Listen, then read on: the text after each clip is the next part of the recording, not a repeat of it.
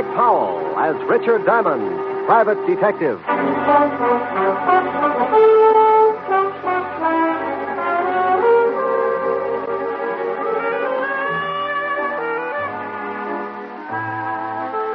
Hello there. My name's Diamond. If you spotted me on the street, you'd probably figure me for an average working man. But you'd be wrong. I fit the description all right because I break my back 6 days a week to keep my piggy bank nice and stuffed. But my occupation puts me in a class by myself. I'm a private, nothing in this world but a detective. You probably say, so what? The average working man comes under the heading of a lot of different jobs. And you'd be right on that count.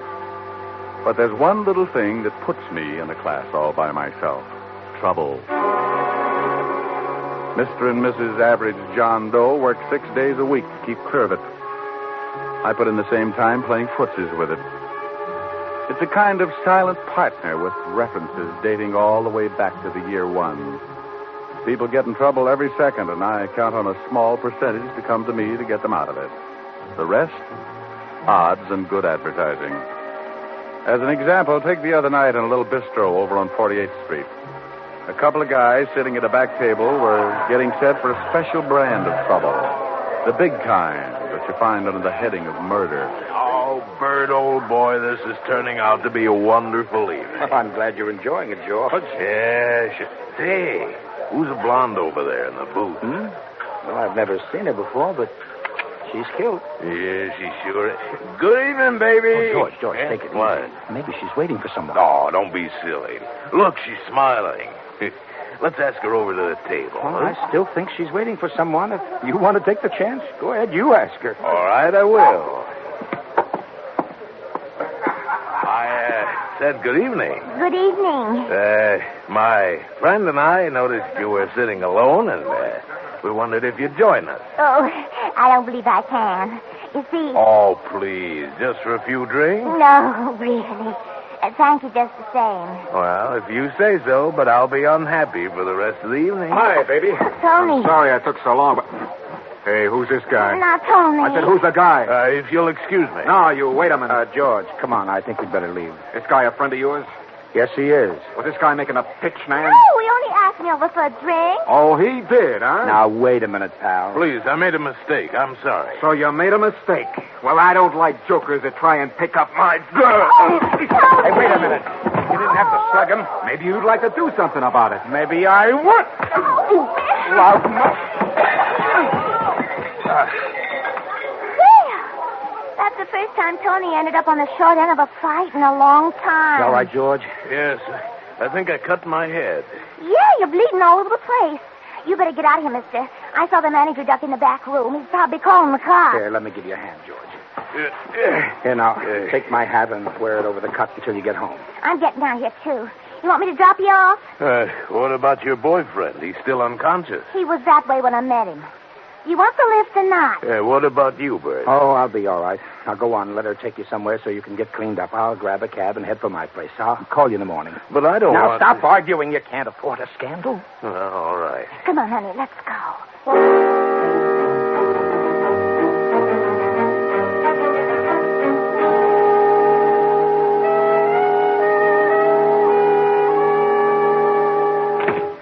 Well, this very nice apartment. You better go get cleaned up. Back through that room. I'll get a couple of drinks.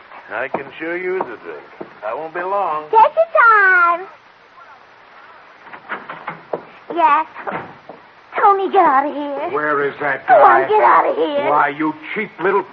I'll beat it out of you. Let go of me. Take your hands off me. Take your hands off her. Help. I'll kill the both of you. Help. There's a gun in the den. A gun?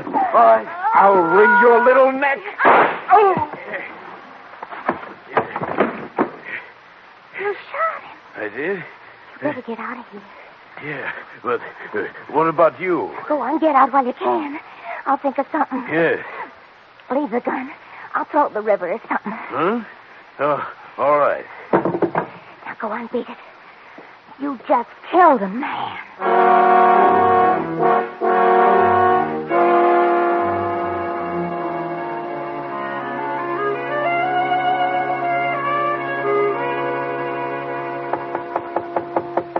Yeah, come in. Hiya, Mr. Diamond. Well, Hennessy, what did you do, wreck your cab? Nah, it's down in the front. Hey, that's a warm magazine you're reading there. Yeah. Listen to what it says here about women's bathing suits. Huh? 1949 suits allow maximum exposure to sun. Note plunging neckline. Note. Who's going to miss it? If it plunged in the lower, it'd wind up at the bends. Yeah. Mr. Diamond, would you mind shoving it in the drawer? The picture distracts me. Not at all, no. I don't blame you, Hennessy. Thanks. Now, what's on your mind? This? A hat? Yeah. Well, I don't think I can do you much good. What did you bring it to me for? I found it in the gutter over in Flatbush. So what? Some guy loses a hat. Don't tell me you want me to find him. No, I just got to worrying a little, you see. I found this besides it. Oh, a 38. Well, let's have a look. Take a look at the hat, too. It's got blood all over the inside. Yeah. And initials on the inside.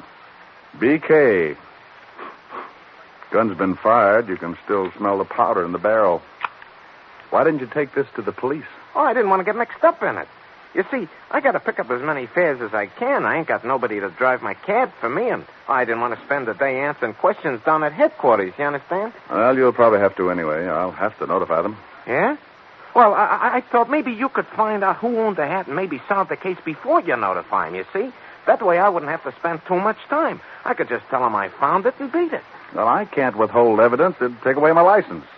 And if you did, they'd lock you up. Okay, I just thought... Well, maybe... I can check the hat store before I get to the 5th precinct. Yeah, well, won't that be a tough job? There's a lot of hat stores, Well, you this know. hat's got a label. Besides, when someone finds a bloody hat with a 38 lying next to it, I get interested. Particularly when there isn't a corpse to go with it. Yeah. Well, I gotta go, Mr. Diamond. Thanks a lot. You got a free ride anytime you want it. I may take you up on that. So long, Hennessy. Well, there you are. What did I tell you? When you're working with trouble, something always shows up. Sometimes it's just a routine case. A guy knocks off his wife and he comes to you because he suddenly found out that he had that lonely feeling. Or maybe you get a real screwy one. A taxidermist that got tired of stuffing animals and went to work on a neighbor. Or then you get one that gives you the same feeling you get when you pick up a poker hand and the first 4 cards you look at are all spades. Well, I was holding 2 cards. A hat with blood on it, a gun that had been fired, and all I needed to fill out the hand was a body. By all rights, I should have taken the evidence right down to my friend, Lieutenant Levinson, at homicide. But I didn't have anything to do, so I decided to see what kind of pieces I could fit into the puzzle. The label in the hat was from a store on 5th Avenue. It wasn't far from my office, so I walked it. Yes, sir. Something I can do for you? Yeah, stop munching your sen-sen and tell me if this hat is from your store. Well, let me see it. These glasses are not telescopes, you know. Yeah, here. Well, if you're planning to return this merchandise, sir, I can assure you the store will not accept it. You've been bleeding on the sweatband. Look, Rosebud, I just want to know if the hat is from this store. It most certainly is. It's one of our custom models. Who did you sell it to? If you found this hat, we will be glad to return it to its owner. We are not supposed to give out the names of our clients. I have a small badge here that should cut this conversation down to a few words. See? Oh. Now, would you mind telling me to whom did you sell this hat? Well, just because you're a detective, I am not impressed. However, under the circumstances, I'll give you the buyer's name. You're a real sport. I suppose you wear a shoulder holster, too. Or is that bulge your tailor's fault? Psst. Come here. I really keep a midget in there. You don't say. Yeah. He spits through the lapel of stupid hat clerks. Oh, really? Now, come on, Bright Eyes. Who bought the hat? Well, if you'll just hold your horses. That's the new line, if I ever heard one. Come on, Bubbles. Man, here it is. This hat was sold to a Mr. Bertram Calmus. We make all his hats for him. Well, bully for you.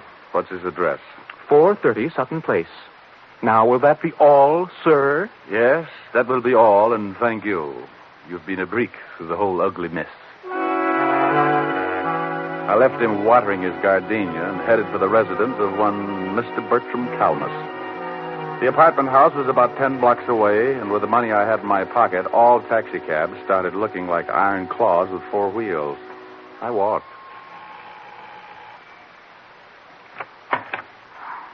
Yes? How do you mean that? Yes, I don't want any. Oh, and I've got a pretty good sales talk. I never buy anything unless I have a demonstration. My middle name is Semper Paratus. Like the Coast Guard, I'm always prepared. I suppose I could top that, but I'm getting tired of trying to close the door on your foot. What is it you want? I hate to admit it, but I'm looking for Bertram Calmus. My husband. Good for him. Is he in? No, but he will be any minute. What's it about? This hat, I believe it's his. What blonde's apartment did it turn up in? It was found in the gutter in Flatbush. Well, Flatbush is a little out of his territory, but the gutter sounds familiar. What's that stain all over it? Blood. Does your husband bleed a lot? Not recently. We've been getting along. Are you from the police? I'm a detective. Oh. Come in. I'd hate to be selling brushes. I'd have slammed the door in your face. Oh, well, then I made an impression. Perhaps. Let's just say you're waiting for a sacrifice to move you to second base. Won't you sit down? Oh, thanks. What happens when I round third? That depends on your batting average, Mr. Diamond, Mrs. Calmus. That fits. Now, getting back to a very dull subject, does this hat belong to your husband? I don't know. It looks like one of his. Has it got any initials in the band? Mm-hmm. BK. When did you find it? I didn't. The cab driver picked it up this morning. And it isn't my husband's blood. He left about a half an hour ago to do some shopping, and he was very bloodless. No cuts on his head? No cuts. He came in around 2 this morning. He'd been drinking, but he wasn't cut up. Oh, here he is now. I hope we can discuss baseball another time. Oh, I got all the things you wanted, and... Bert, this is Mr. Diamond. He's a detective. Yeah? Well, how are you? Fine, Mr. Calmus. Tell me, is this your hat? My hat? Let me see it. Why, no, it isn't. The hat store on Fifth Avenue says they sold it to you. Well, I can't help what they say. That's not my hat. Are you sure, darling? It was found in a gutter. I don't care if they found it on a Yale man in the Harvard Club. It's not mine. Well, I guess I'll have to take your word for it. Wait. Isn't that blood on the hat? Yeah. Well, goodbye, Mrs. Calmus, Mr. Calmus. Nice meeting you both. I'll see you to the door. I can do it. I know you can, dear. Coming, Mr. Diamond? Sure. Bye. Come back again, Mr. Diamond. Well, goodbye, Mr. Calmus. Where can I call you? What? I can't explain now. Where can I call you in about a half an hour? My office. It's in the book. You'll hear from me, but please don't do anything until then. Okay. Half an hour. Then I go to the police with this hat.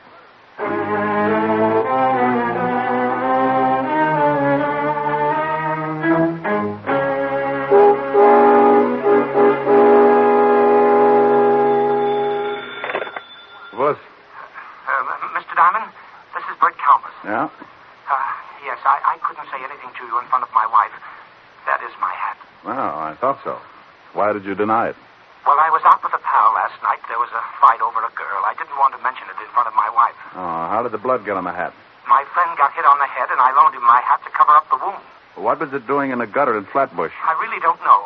My friend left with the girl, and I went right home. Well, who is this friend of yours? I think something may have happened to him. Well, I called him this morning, and he seemed very nervous about something, and he asked me to come over. I'm in the lobby of this hotel right now. He's probably just worried about the girl he picked up. As long as the blood on the hat was from a cut on his head, I don't think there's too much to worry about. No, Mr. Diamond, I think it's more than that. He's my employer, and I know him pretty well. I do wish you'd come over. Well, all right, Mr. Calmus. What's the address? The Whitsett Hotel on East 54th Street. I'll meet you in the lobby. Don't ask me why I started getting that lousy feeling when all I had was a bloody hat, a gun, and a pretty good explanation for one of the items. But there it was. That jammed-up feeling in the pit of my stomach, like I'd just swallowed a whole pineapple. Something was wrong, and I wanted to find out what. So I hurried over to the Whitsett Hotel and met Calmus in the lobby. I'm glad you came, Mr. Diamond. I just put in a call to George's room, and someone else answered. So what? Well, the man asked a lot of questions, like who I was and what did I want with George, and... Oh, I take it George is your friend of last night. Yes, George Watkins. He's the president of the firm I work for. Well, let's go up. When someone starts asking questions like that on the phone, it begins to sound like the police have moved in. Come on.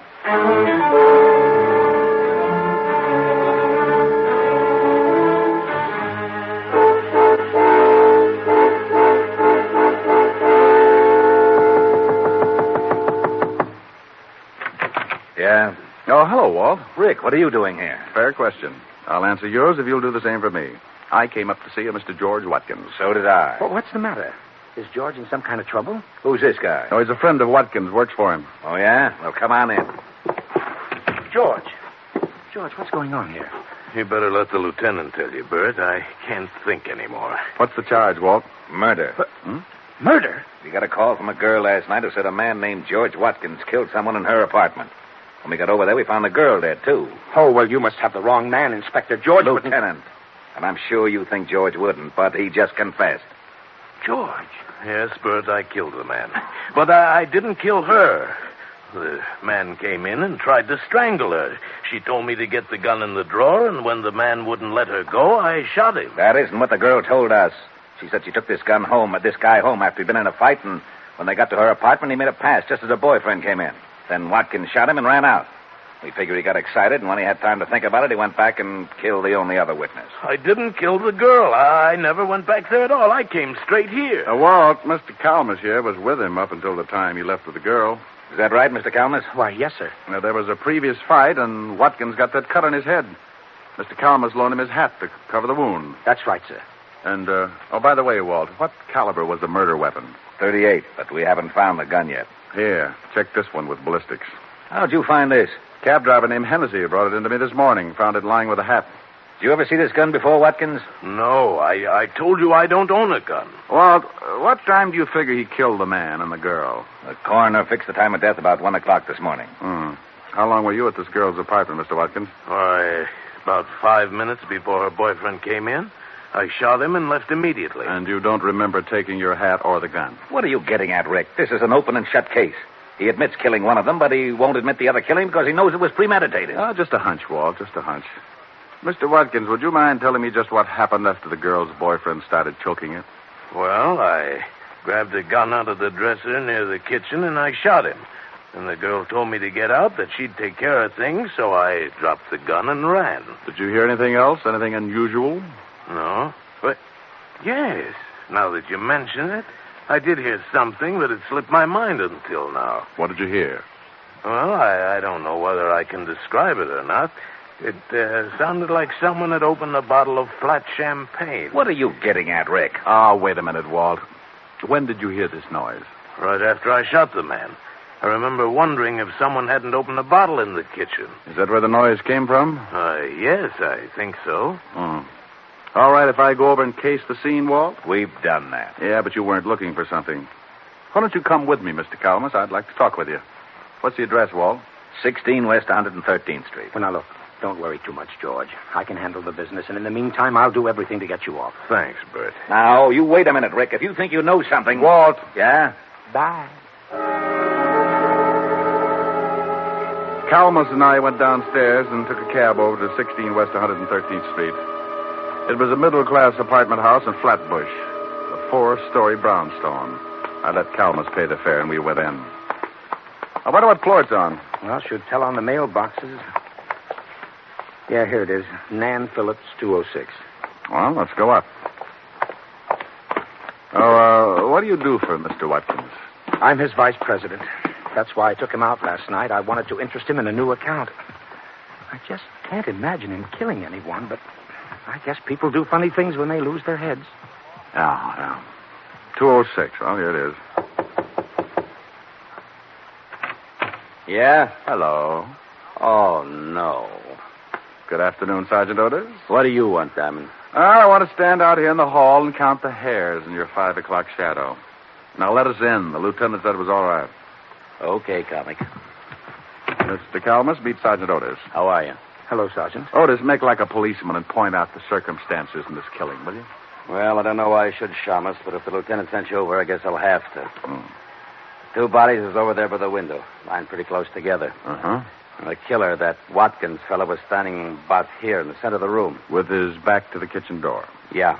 He shot them both from about here. Hey, what are you looking for? Oh, I like to get down on my hands and knees. It's cooler. Well, it won't do you no good to start looking for fancy clues. The guy already confessed. Well. Hey, what do you got there? Just a wad. So, you got some wadding from the murder gun. You better give it here. Sure. But hang on to it, Otis, and be sure to give it to the lieutenant. Maybe you haven't noticed, but murder guns don't throw this much wadding unless you can kill someone with a blank cartridge. What? Don't let it throw you. Mr. Calmus, I've got some things to do. Can I drop you somewhere? Well, no, thanks. Now that Mr. Watkins can't take care of the office, I'd better go down and check over some things. But I'll keep in touch with you, Mr. Diamond. You do that. Now, wait a minute, Diamond. Oh, stop trying to figure it out, Otis. You'll snap your wig. I was getting close to something. I wanted to tie the ends together before it caught up with me. I had a big, fat hunch that Watkins had been framed good, and the more I found out, the more it looked like a killer was still loose. The whole setup had been screwy from the first. Why would a guy lose his hat and drop his gun in the same place? Or, if he threw them both away, why wouldn't he burn the hat and throw the gun in the river? Nobody's frightened enough to lay them side by side in the gutter. I learned a lot since this morning, and I was certain of one thing. The killer tried to make it look good, but he was an awful amateur. I knew something else, too. Amateurs can be awfully mean sometimes when you corner them. I put in a call to Walt and told him what I had, and then I asked him to give me half an hour and meet me at Mrs. Calmus's flat. I grabbed another cab, and 20 minutes later, I was sitting on a long couch next to Mrs. Calmus. It's easy to get that crowded feeling, even on a long couch. You just both sit on the same cushion. Comfy? Oh, yeah.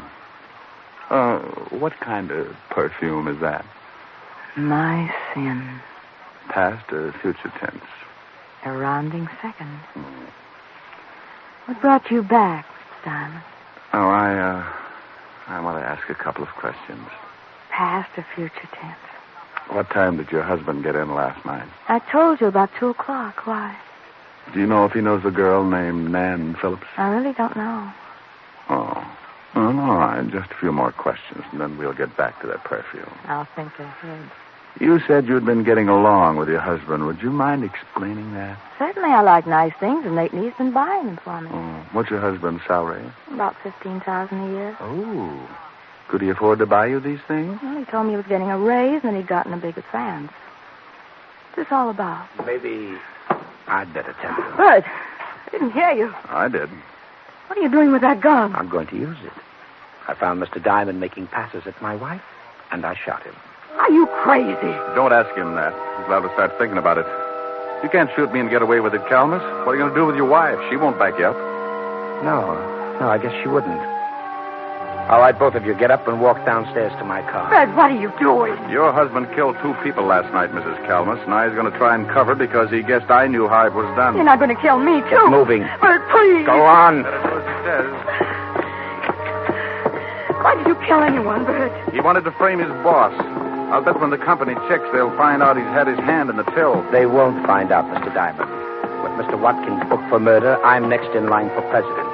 I'll be able to fix the book so it will look like he took the money, too. Is that where you got the money for all those things you've been buying for me? You shot the man and the girl from the kitchen with a silencer, didn't you, Bertram?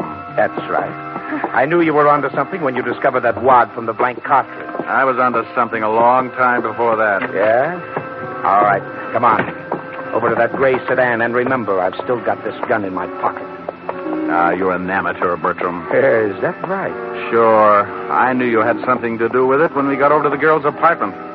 I didn't know what floor it was on, and you looked in the mailboxes. That's the best way to find an apartment, isn't it? Yeah, but not once at any time did anyone mention the dead girl's name. But you knew it and found it on the mailbox. All right, stop right here. Open the door, Gene, and get in first. The front seat. Please. Get in. All right. Now, you, Mr. Diamond, you're going to drive. You know, I left my license in my other suit. Stop stalling.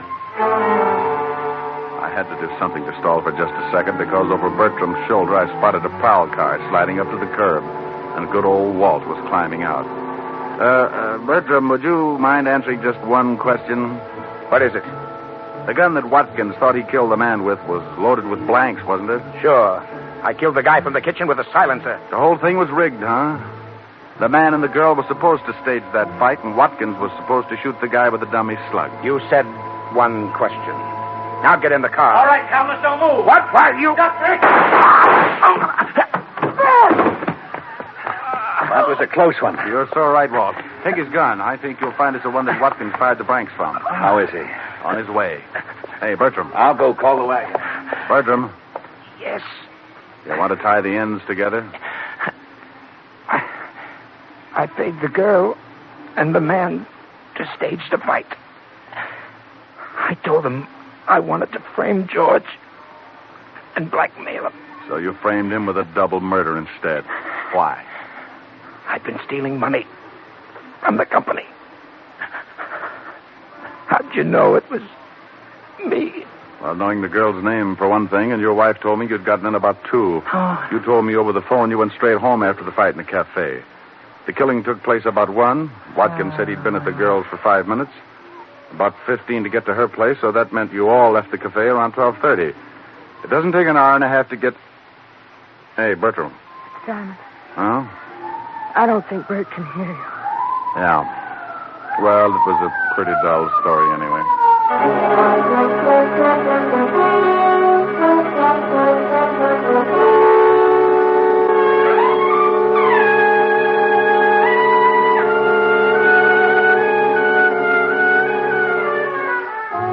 Well, the wagon got there, and I briefed Walt on everything that had happened.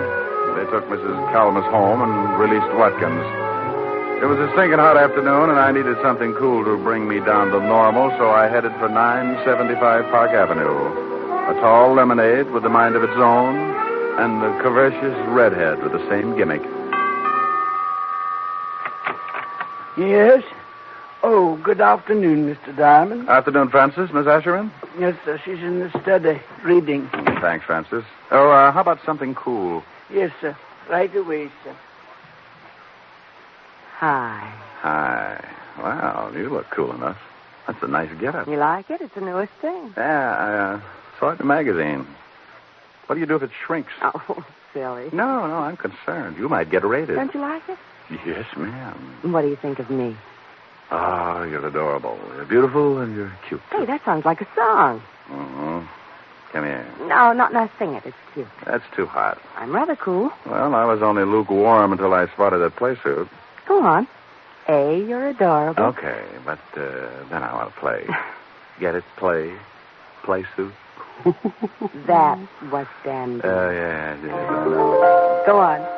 Hey, you're adorable. B, you're so beautiful. C, you're a cutie full of charm. D, you're a darling. And E, you're exciting. And F, you've got feathers on your arm. Rick. G, you're a good to me. H, you so heavenly. I, you're the one I idolize. J, we're like Jack and Jill. K, you're so kissable. L is the love light in your eyes. Rick. Do you want me to finish? I love you. Oh, you're sweet. Come here. Mm-hmm. Just one moment, sir. Yes, Francis? I'm not going to be embarrassed again. Here's your lemonade. Thank you, Francis. Oh, it's nothing, sir. A, you're adorable. B, you're so beautiful.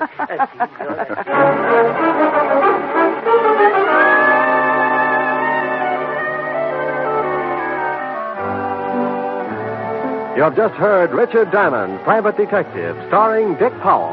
Helen was played by Virginia Gregg, Lieutenant Levinson by Ed Begley. Also in our cast were Wilms Herbert, Byron Kane, Lorene Tuttle, Paul Freese, and Wally Mayer. Music was under the direction of Frank Worth. Richard Diamond is written by Blake Edwards and directed by William P. Rousseau. Now, this is Eddie King inviting you to be with us again at the same time next week when we will again bring you Dick Powell as Richard Diamond, Private Detective.